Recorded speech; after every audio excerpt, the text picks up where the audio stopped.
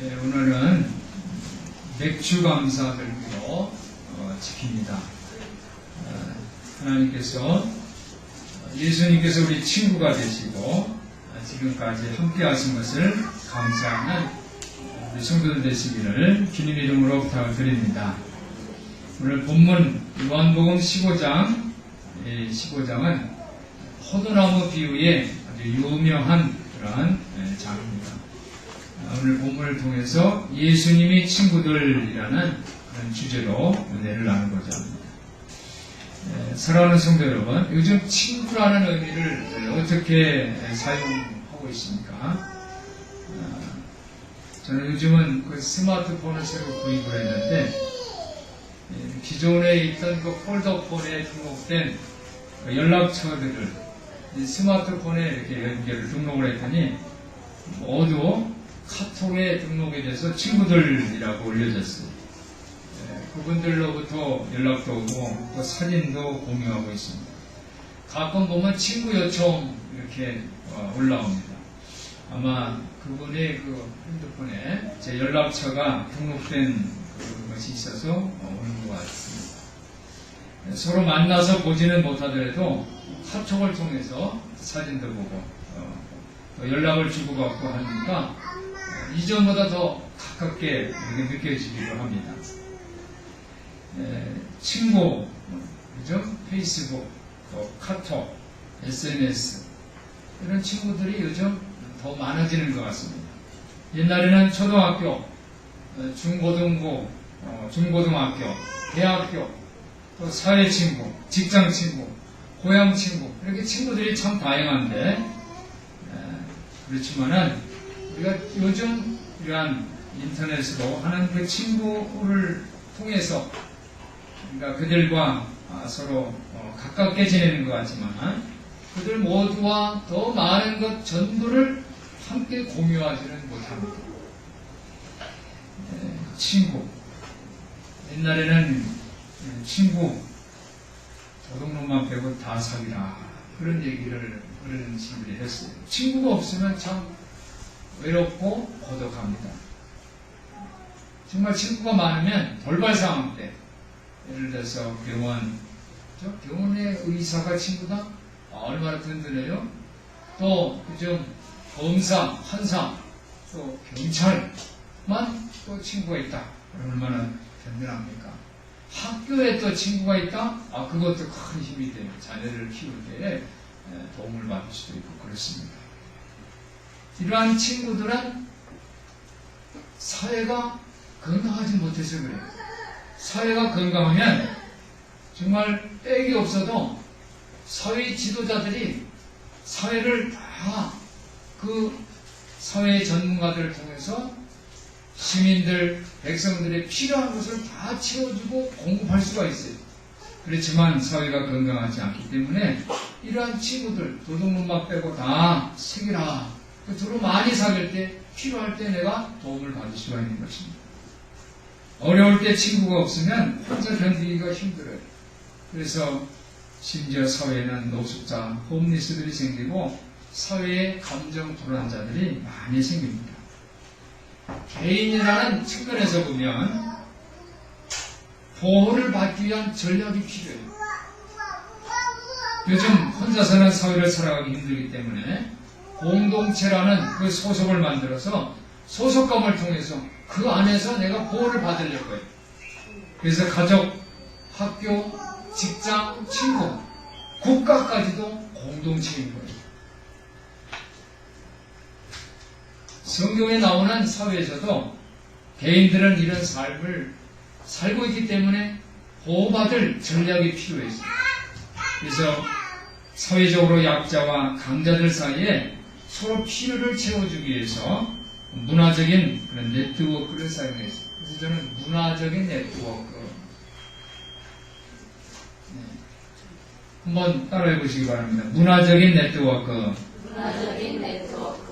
고대 로마 제국은 문화적인 네트워크를 사용했어요. 그게 뭐냐면 후견인과 의뢰인이에요. 후견인과 의뢰인. 의뢰인은 후견인에게 충성을 맹세합니다. 그리고 후견인은 그 충성을 맹세한 의뢰인들을 보호해 주는 거예요. 그것이 고대 사회의 로마 시대의 문화적인 네트워크예요. 이런 제도는 의뢰인들보다는 후견인들에게 더 유익했어요. 사회적으로 열등한 그 의뢰인들이 더 숫자가 많았어요. 자유인들도 사회에서 살아남으려면 누구를 나는 섬겨야 된다. 그 줄을 어디, 내가 어느 줄에 서야 되는가, 그거를 알았어요. 그런데 이러한 후견인과 의뢰인의 관계는 어느 장소에서 그것이 표현이 되냐면 잔치, 연회를 통해서 표현이 되었어요. 후견인들은 잔치를 자주 열었어요. 연회를 자주 열었어요. 그리고 의뢰인들을 초청을 한 거예요. 그리고 후견인들은 자기의 속한, 자기를 따르는 사람들이 많이 있다는 것을 사람들에게 과시를 했어요. 자기 존재감을 홍보를 했다는 거예요. 그리고 또 의뢰인들은 아무개 그 실력자가, 아무개 권력자가 나를 초청했다 라는 것을 다른 사람들에게 알리면서 과시하는 그런 수단으로 활용을 했던 거예요. 오늘날도 잔치가 비슷하죠. 그렇죠? 결혼식장 하면은 결혼식장 몇 명 왔냐? 결혼식장에 화환들이 쫙 있어요. 자기 신부를 과시합니다. 또 장례식장에도 마찬가지죠. 고위 관료, 아주 사회적으로 유명한 스타들이나 고위 관료들과 사진을 같이 탁 찍었어요. 그리고 자기 방, 사람들이 오는 그런 장소에다가 크게 무슨 나는 저 사람하고 이런 사람, 유명 인사와 나는 사진 이렇게 찍어가지고 자기 존재감을 홍보하는 그런 것들도 다 같은 마음이라고 저는 생각합니다. 그런데 이 모든 것은 거칠애다. 한번 따라해보세요. 이 모든 것은 거칠애다. 이건 다 거칠애요. 이건 마치 동물 세계에 같아요. 양육강식, 그렇죠?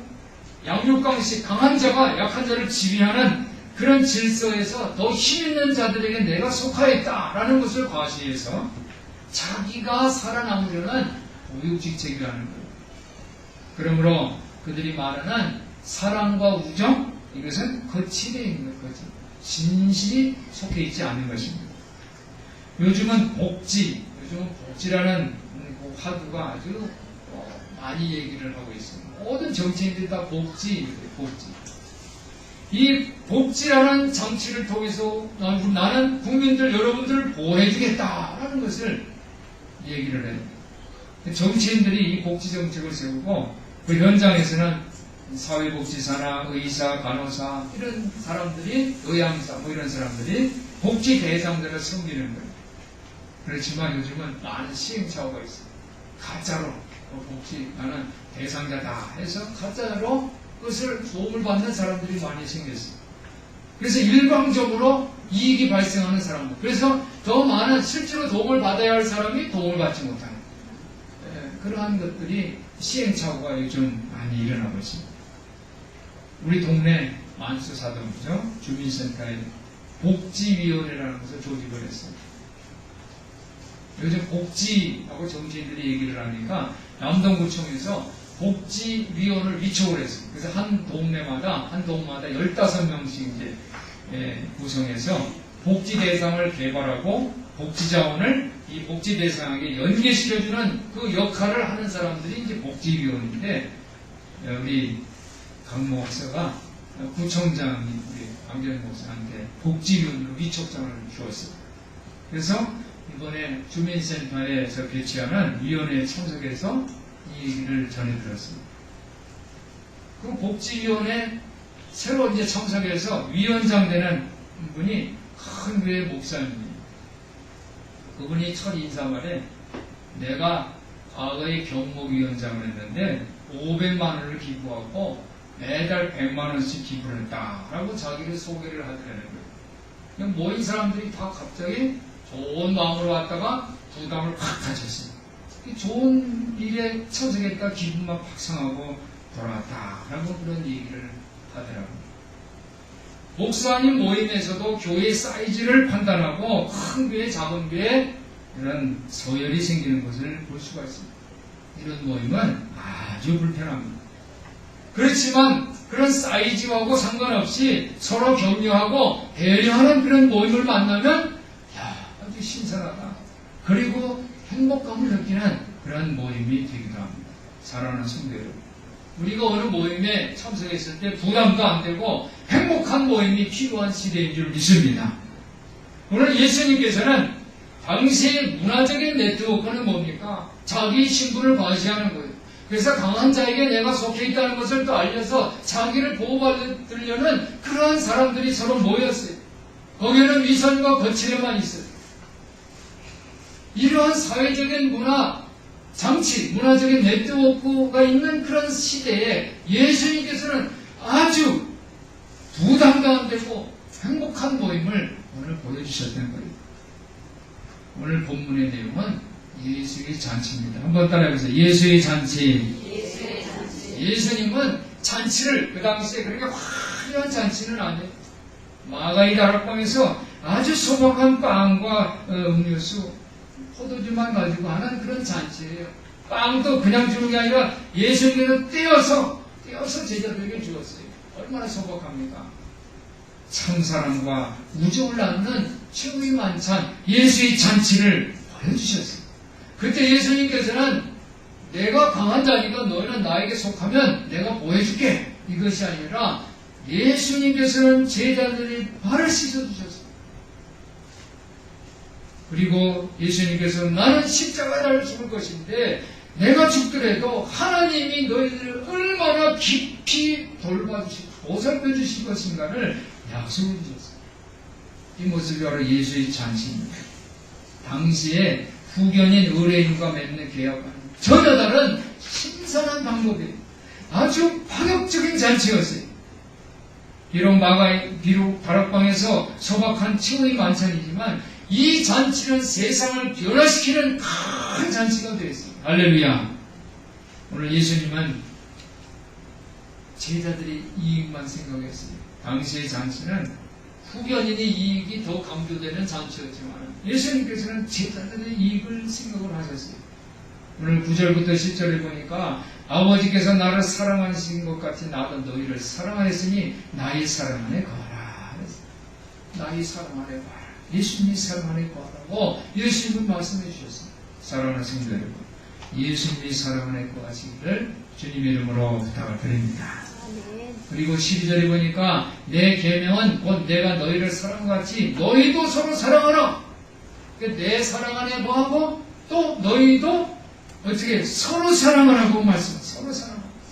우리 성도들이 서로 사랑하시기를 주님의 이름으로 부탁을 드립니다. 아멘. 그리고 예수님께서는 뭐라고 말씀합니까? 13절에 보니까 사람이 친구를 위하여 자기 목숨을 버리면 이에서 더 큰 사랑이 없다. 우리 큰 사람 교회가 큰 사람 교회 아닙니까? 그런데 큰 사람 교회의 뜻이 뭡니까? 친구를 위해서 자기 목숨, 친구를 이용하는 게 아니에요. 어려울 때만 친구 찾아가지고 도와달라고 하고 이용하는 그런 친구의 모습이 아니라 뭐예요? 참된 친구는 이용을 하려는 친구가 아니라 자기 목숨을 버리는, 즉 내 이익보다 친구의 이익을 더 생각하는 그러한 큰 사람. 친구를 위해서 자기 목숨을 내어놓으라고 말씀하시는데 오늘 예수님이 그렇게 말씀만 하고 자기는 행동하지 않는 것이 아니라 예수님도 실질적으로 예수의 제자들을 위해서 더 나아가서 인류를 구속하시기 위해서 구원 사역을 하시기 위해서 십자가를 주셔서 자기 목숨을 내어놓으신 분이십니다. 자기를 따르라는 거예요. 이 고대 사회에서는 종이 주인에게 충성심을 표하고 주종관계를 확인하는 자예요. 주인 앞에 와서 종이 나는 당신의 종입니다 하는 거죠. 나는 당신의 종이에요.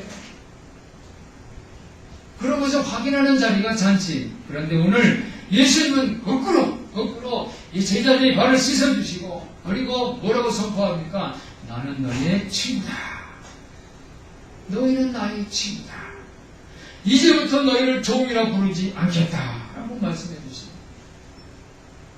오늘 14절 15절에 보니까 그렇죠? 15절에 종은 주인이 하는 것을 알지 못함이라 너희를 친구라 하였느니 내가 내 아버지께 들은 것을 다 너에게 알게 하였음이니라. 이제부터 제자들은 예수님이 친구를 불러줄 거예요. 우리 성도들도 예수님이 친구인 것을 믿으시기 바랍니다. 여러분들 예수님이 친구예요. 한번 따라 나는 예수님의 친구입니다. 믿습니까? 여러분 예수님이 친구예요. 예수님이 여러분이 그렇게 사랑해요. 그런데 예수님의 친구의 자격이 뭐예요? 예수님이 사랑 안에 거하는 거예요. 그리고 우리가 서로 사랑하는 거예요. 그리고 예수님께서 우리를 위해서 죽을 수밖에 없는 우리를 위해서 십자가에서 목숨을 내어놓은 것처럼 우리도 다른 사람을 새길 때 세상에 그런 친구 사귀는 것처럼 의사, 변호사, 검사, 판사 이런 사람들 새겨서 내가 그 유익을 얻으려는 그런 친구가 아니라 내가 내 이익보다는 나의 친구의 이익을 위해서 섬겨줄 줄 아는 그런 희생적인 그런 모습. 그렇게 할 때 어떻게 합니까? 오늘 16절에 보니까 너희가 나를 택한 것이 아니오 내가 너희를 택하여 세웠나니 이는 너희로 가서 과실을 맺게 하고 한번 따라해 보세요. 과실을 맺게 하고 과실을 맺게 하고 예수님의 친구는요 과실을 많이 맺는 것을 믿으시기를 바랍니다. 근데 이 과실이 한 번만 맺는 것이 아니라 보세요. 항상 있게 하고 항상 열매를 맺는 거예요. 우리 성도들이 항상 열매가 풍성하시기를 예수님 이름으로 축원합니다. 당시의 고대사회의 후견인과 의뢰인의 그 권력 구조를 깨트리는 새로운 교제 방법, 새로운 잔치, 신선한 잔치를 예수님은 오늘 배설을 하셨어요. 그래서 사도 바울은 이 예수님이 그 잔치를 생각하면서 이렇게 고백을 합니다. 예수 사랑 안에 거하는 모습이 뭔가? 세 가지를 얘기를 했는데 가졌으나 아직 가지지 않는 모습. 내가 가졌어요. 그러나 아직 가지지 않았어요. 이게 욕설입니다. 여러분들 이미 다 가진 것을 믿으시기 바랍니다. 여러분 이미 다 가졌어요. 한번 따라해요. 나는 이미 다 가졌습니다. 그런데 목사님 지금 안 가진 게 많은데 그래서 다 가졌지만 아직 가지지 않는 거예요. 이미 나는 다 가졌어요. 다 가졌어요. 지금이 전성기 다 가졌어요. 그렇지만 그것이 끝이 아니라는 거예요. 아직 가지지 않았어요. 그럼 왜 가졌다고 고백하느냐? 그래서 내가 예수님의 친구로서 그 역할을 감당하는 거예요. 믿음으로 가진 거예요. 여러분이 꿈을 갖고 기도 제목을 세우고 어떤 부분이 생각이 나고 그렇죠? 우리 어집사님도 생각이 자꾸 나요. 하나님 나한테 말씀하시는 거예요. 아직 내가 가졌지만 아직 안 가진 거예요. 근데 실천할 때 감될 것이 되는 거예요. 할렐루야. 두 번째로는 살아있으나 내가 아니라 내 안에 예수 그리스도가 사신 거예요. 이게 새로운 피조물인 것입니다. 나는 살았어요. 그렇지만 내가 사는 것이 아니라 내 안에 예수 그리스도가 살아계십니다. 할렐루야. 새로운 피조물. 이전 것은 지나갔어. 예전에 나 옛사람은 죽었어. 이제 내 안에 예수님이 살아계시는 거예요. 역설이죠. 또 세 번째로는 그리스도께서 내 안에 살아계시지만 그렇죠? 이전에 나 모습은 죽었어요. 새로운 피조물이에요. 내 안에 예수님이 살아계세요. 그렇지만 예수님이 내 안에 살아계시지만 그러나 내가 그리스도를 믿는 믿음으로 사는 거예요. 믿음으로. 한번 따라해보세요. 믿음으로. 내가 사는 것은 내 안에 예수님이 사세요. 여러분 안에 다 예수님이 있어요. 그런데 믿음으로 사는 거예요. 그러니까 여러분이 믿음이 없으면 믿음이 떨어지면 신앙생활들 믿음이 팍팍 가라앉고 떨어지고 감정적으로 그냥 막 우울증도 생기고 그래요. 그러면 뭐예요? 믿음이 내가 죽었기 때문에 내 안에 예수님이 안 계시는 거예요. 믿음이 있을 때에 내 안에 예수 그리스도가 사시는 것을 기억하시기를 바랍니다. 그래서 우리는 예수 그리스도와 함께 죽었고 그것으로 끝이 아니라 우리 생명은 그분과 함께 어떻게 하면 다시 살아나는 거예요. 그래서 여러분들이 부활을 고대하시기를 예수님 이름으로 부탁을 드립니다. 우리는 여전히 육체 가운데 있어요. 새로운 비전이지만 육체 가운데 있어요. 그런데 이 육체를 이길 수 있는 힘이 바로 믿음 안에서 살아야 돼요. 믿음 안에서. 이 믿음 안에서 이 하는 잔치가 바로 예수의 잔치인 것을 기억하시기를 바랍니다. 예수님께서 나를 부르셨다. 이 고백이 너무 중요한데 사도 바울은 예수님이 나를 부르셨고 예수님이 나를 세웠다라고 확신하기 때문에 어떤 고통, 어떠한 힘든 부분도 어떻게 감당할 수 있었어요. 어려움이 와도 흔들리지를 않았어요. 네, 예수님이 나를 세우셨고 예수님이 나를 부셨고 내가 하는 건 내가 자의적으로 나의 이익을 위해서 어떻게 해보려는 것이 아니라 예수님이 나를 부르셨고 나에게 세워주셨기 때문에 이 일을 하라고 감당을 하셨기 때문에 흔들리지 않고 끝까지. 근데 우리가 신앙생활 할 때 우리가 착각하는 경우가 있어요. 예수님이 나를 개인적으로 불렀다는 거예요. 내가 예수님에게 계시를 받았어. 예수님이 나에게 이렇게 말씀하셨어. 나는 다 볼 줄 알아. 너희들 앞에 미래 전쟁처럼 다 볼 줄 알아. 이게 아니에요. 예수님은 나를 개인적으로 부르지 않으셨어요. 예수님은 우리를 예수님이 몸의 지체로 부르신 것을 믿으시기를 바랍니다. 지체로 불렀단 말이에요. 나를 개인적으로 너 이 다음에 어떻게 되고 이렇게 전쟁이처럼 하는 것은 지체로 불렀어요. 그래서 오늘 요한복음 15장은 포도나무 위에요.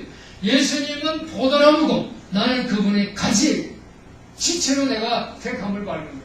내가 포도나무로 참나무로 배나무로 살구나무로 내가 따로 부르심을 받은 것이 아니라 예수님이 지체로 부르심을 받은 것을 기억하시길 바랍니다.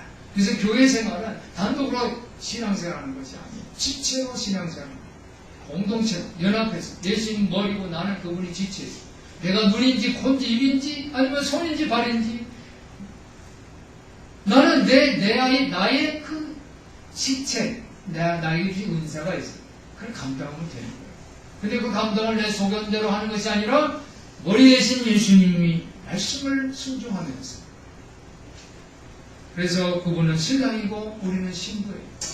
그분은 교회 성전의 모퉁이 돌 머릿돌이고 나는 그분의 성전이에요. 여러분들은 다 성전이에요. 그래서 이 교회는 성도들이 다 교회예요. 여러분들이 다 교회예요. 예수님을 모셨어요. 성령님을 모셨어요. 할렐루야. 우리는 그분의 죽음과 연합하고 그분의 부활과 함께 거하는 것을 믿으시기를 바랍니다. 그래서 예수 사랑 안에서 사는 모습은 질서, 하나됨이 너무너무 중요해요. 이 손이 머리에 지시를 안 보고 자기 따로 논다고 생각해봤어요. 뭐 집어내는데 집지도 않았어. 불들은 거지. 그죠? 뭔가 이 연결 체제가 안 맞는 거잖아요. 고장난 거잖아요. 그러니까 우리는 예수님이 지체로서 주님의 뜻, 이제 순종하는 주님이 말씀하실 때 내가 여기 있나이다 고백하고 순종하는 저와 여러분 되시기를 예수님 이름으로 부탁을 드립니다. 이 세상은 어떤 사람, 권력자 한 사람을 높은 자리에 올려놓고 그리고 나머지 사람들은 그 사람을 통해서 서로 보호를 받으려는 그 세상의 권력 구조예요. 그렇지만 오늘 우리 예수님은 친구로서 몸을 세우고 서로 엮어주고 자기 자신을 낮추는 겸손한 사람을 우리에게 보여주시는 것을 기억하시기를 바랍니다.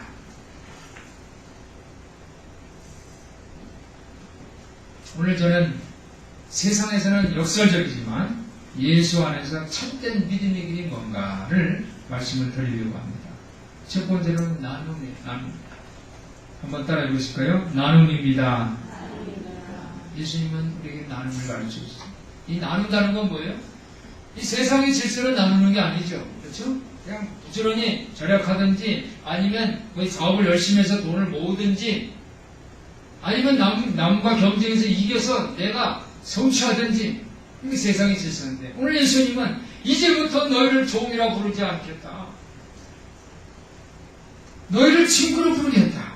즉 이 세상은 대가를 지불하는 그 대가를 예상해. 이 사람과 내가 사귀면 나한테 뭐가 유익이지? 그 대가를 지불하는 것을 예상하는데 예수님께서는 거저주시는 거예요. 나눔을 행하심으로 깜짝 놀라게 하셨어요. 지금까지 이 천국 하나님의 세계는 신비에 쌓여 있었어요. 구약의 그 시대에 신비에 쌓여 있는데 예수님께서 그 신비한 그 베일을 벗기셨어요. 성전의 휘장을 위에서 아래로 쫙 찢어놨어요. 그래서 우리는 왕같은 다 제사장이 하나님 앞에 직접 나와서 예배 드릴 수 있어요. 옛날에는 이렇게 직접 나올 수가 없어요. 제사장들이 다 대신하는 거예요. 갔다가 이 제물만 드리고 제사장한테 기도해 주세요. 직접 못했어요. 근데 오늘 예수님은 하나님이 그 베일을 다 벗기시면서 이 세상의 차가운 거절 학대를 부끄럽게 하셨어요. 그래서 이 나눔은요, 새 시대를 맛보는 거예요. 천국을 맛보는 거예요. 믿으시기를 바랍니다. 여러분들이 나누다 보면요, 여러분이 행복해요. 사람들은 여러분의 기부를 통해서, 여러분의 헌신을 통해서 참 좋은 일을 하십니다. 그런데 실질적으로는 그 나누는 사람이 더 행복한 거예요.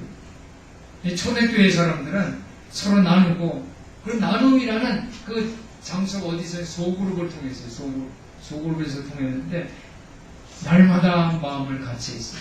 집에서 떡을 뗐어요. 오늘 소그룹, 우리 교회에 이제 소그룹을 하죠. 소그룹, 중그룹 이렇게 하는데, 이 소그룹의 5가지 제 가치를 말씀드리려고. 이 5가지. 여러분의 손, 이제, 이게 여기를 뭐라 그래요? 엄지. 엄지. 이 소그룹이 엄지가 참 중요해요. 엄지는 공동체입니다. 이 서로 연결되죠. 그죠? 이 엄지는 다 연결되죠. 이 엄지는 공동체를 상징하는데, 포도나무 같아요. 포도나무 가지는 포도나무 붙어서 열매를 주렁주렁 맺는 것처럼 이 엄지가 약한 사람을 세워주고 도와주는 거예요. 상대방의 아픔을 내 아픔으로 여기는 것이 엄지예요. 엄지가치. 그 다음에 2번째로는 이 뭡니까? 검지잖아요. 검지는 뭐를 보통 가리키는 거예요. 그죠? 검지. 이거는 전도입니다. 전도. 그리스도의 사랑을 나누는 거예요. 여러분들이 이 검지와 같이 그리스도의 사랑을 나누는, 그래서 세상이 빛이 되고 사람들에게 이 천국을 가르쳐 주시는 여러분들 되시기를 예수님 이름으로 축원합니다. 2번째, 이제 3번째는 뭐예요?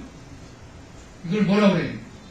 중지라고 그러죠. 이 중지는 손가락에서 제일 커요. 그러니까 중지는 지도자입니다. 지도자. 이 소그룹에서는 지도자가 필요해요. 가장 성숙한 사람, 리더자입니다. 그래서 여러분들은 리더자는 오늘 예수님 뭐래요? 제자들의 발을 씻겨줬어요. 섬기는 리더십. 이 소그룹에서는 이 지도자가 섬겨줘야 돼요. 섬겨줘. 그 다음에 이 4번째는 뭡니까? 약재. 이 약재는 보통 결혼반지, 약혼반지 이런 거 껴요. 그죠? 이 약재는 약속입니다. 상호 책임이에요. 서로 신뢰, 서로 약속하겠다는 거예요. 이 소그룹에서 그것을 여러분들이 훈련하고 배우시기를 바랍니다. 나도 사랑받는 존재구나. 나도 남을 도와줄 수 있겠구나. 어떻게 내가 도와줄 수 있을까 생각하는 이 손가락이 바로 약지예요. 할렐루야. 그 다음에 마지막에는 뭡니까? 이게 뭐라 그래요? 이 소지라고 해요. 소지. 가장 작은 손가락이 소지. 새끼손가락. 그죠? 새끼손가락은 이 공동체에 가장 약한 사람이 있어요. 우리 교회에도 새로운 신자, 새 신자가 있어요. 이런 소지는요, 정말 양육하는 거예요. 보살피는 것을 이 소그룹에서는 보살피는 거예요. 이 5가지 가치가 바로 나눔의 가치예요. 우리 성도들이 정말 공동체로서 또 전도를 통해서 천국을 가리키고 리더자로서 다른 사람을 섬겨주고 그 다음에 서로 책임, 약지, 서로 보살펴주고 하는 그런 책임을 갖고 또 마지막 소지는 뭐예요? 양육해주는 그런 가장 약한 사람들을 양육해주는 그런 이 참된 믿음이 길을 걸어가시기를 예수님 이름으로 축원합니다. 2번째는 희생입니다. 희생. 이 믿음의 길에는 희생이 필요해요. 예수님은 친구를 위해서 자기 목숨을 버리면 이에서 더 큰 사랑이 없다고 그랬어요. 참된 친구는 자기가 원하는 것보다 다른 사람이 자기 친구가 필요한 것을 더 생각하는 소중히 여기는 사람이 참된 친구. 오늘 예수님은 내 사랑 안에 가라 그랬어요. 예수님으로부터 그 희생적인 예수님은 제자들을 위해서 발을 씻어주시고 심지어 십자가에 달려서 죽으신 그런 희생이 그런 삶을 보여주셨어요. 사랑하는 성도 여러분, 예수님은 여러분의 친구가 되십니다. 그분은 십자가에 달려서 죽으셨고 3일 만에 부활하시고 승천하시고 하나님을 영원하게 하셨어요. 우리는 지금까지 기꺼이 나누어주려고 하지 않았어요. 고집을 가지고 자기가 어떻게 뭐 해보려고 그러고 성취시켜보려고 그러고 그랬어요. 그렇지만 이런 우리 모습을 예수 그리스도께서는 희생을 통해서 십자가에 달리셔서 주님의 깨끗한 보혈로 우리 모든 약한 부분들을 고집을 불신을 씻어주시고 용서해 주셔서 그래서 우리가 예수님의 이 희생에 우리가 보답하는 길은 에베네셀 하나님을 고백하는 길인 줄 믿습니다. 한번 따라해서 에베네셀. 에베네셀은 뭐예요? 하나님이 지금까지 여기까지 나를 인도해 주신 거예요. 그걸 고백하는 거예요. 오늘 우리는 맥주감사 주의를 지킵니다. 지난 반년 동안 하나님이 여기까지 나를 인도해 주셨습니다라고 고백하는 여러분 되시기를 바랍니다. 어떻게 보면 어떤 사람은 참 좋은 일이 지난 6개월 동안 있었기 때문에 이것 감사합니다고 자신 있게 얘기할 수 있지만 어떤 사람은 지난 6개월 동안도 작년과 별 다름없이 힘들고 어려웠어요.